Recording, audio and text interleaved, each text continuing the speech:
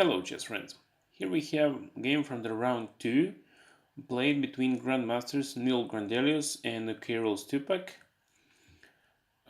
This game they play the French, so it's e4, e6 and then d4, after that d5 and e5 line, this is the locked line, so c5, c3 and queen b6, knight f3, knight c6 and a3.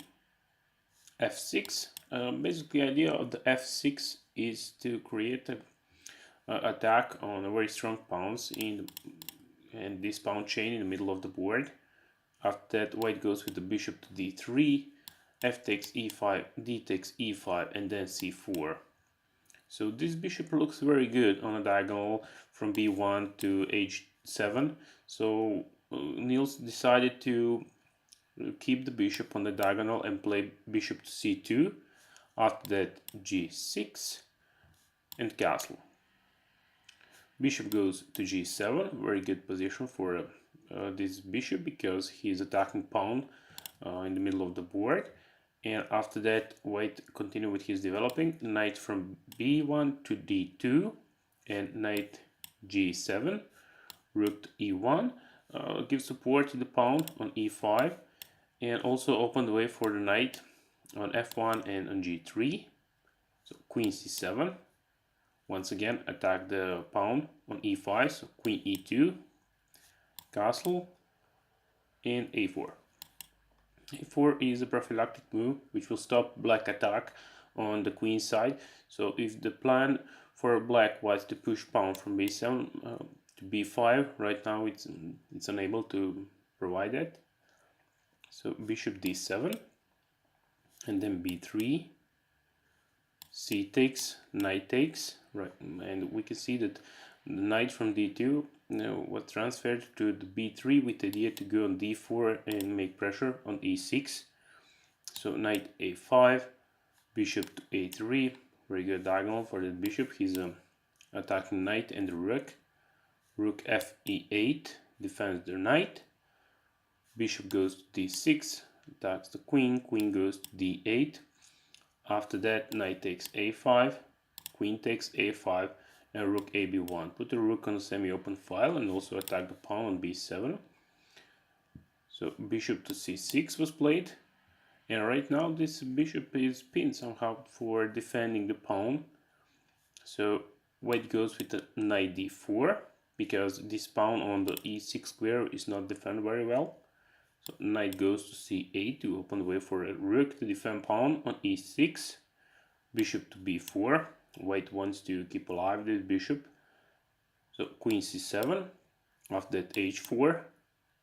We have queen to f7 and then queen g4. It's time for white to create attack on the king side because he can use the benefit of the bishop from the c2 square. He's very active here, but the only problem for this bishop is because black put the pawns on a g6 and h7 square, so they are very strong and they completely block the benefits of the bishop on c2. And here we have knight to b6, knight f3, bishop takes a4 and bishop goes to d3. White is not looking for trading because he needs this bishop for the future attack. Bishop to h6, after that h5 and queen f4, offer queens for trade, queen to h7 and king g7 and then bishop to c5. So queen f7, queen goes back with the move, bishop to c6, c5. White opens way for his rook to go on b4 and attacks the queen, so that's the reason why the queen goes back. And after h takes g6, h takes g6 and rook goes to b4, it's a position where black resigned. Maybe it's not easy to understand for low rated players why did happen in this game, but we can see that right now this rook on a b4 square, he is attacking the bishop, which was defended by the knight, and that knight is also attacked by the bishop from the c5. So idea of the rook b4 is to take the knight on the b6 square. After that, take the bishop on a4. if that's possible, of course. And also white wants to transpose the rook over b4 square to g4, and after that he can make pressure on the square g7 and take that pawn.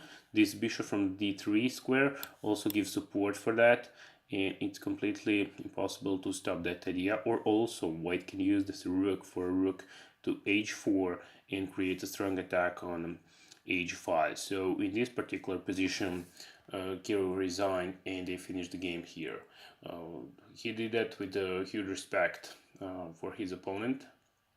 And yeah, that's it for this game. I hope you enjoyed, and see you in the next game analysis. Bye bye.